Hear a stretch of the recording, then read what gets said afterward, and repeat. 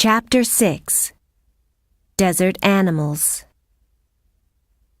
In many deserts, it's very hot in the day, so many animals only come out at night. The fennec fox lives in the Sahara Desert in Africa. It stays in a burrow in the sand in the day, and at night it hunts for mice, lizards, and insects. It's the smallest fox in the world, but it has very big ears, so it can easily hear its prey in the dark. Discover!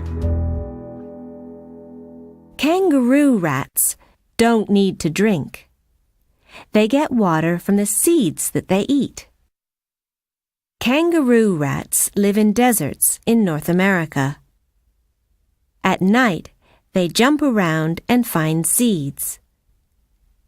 They keep seeds in their mouth, and then they put them in their burrow. Desert scorpions stay out of the sun in the day. At night, they come out to feed on mini beasts.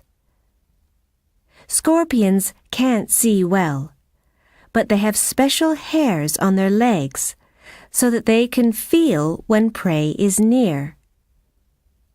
They kill their prey with a sting from their tail.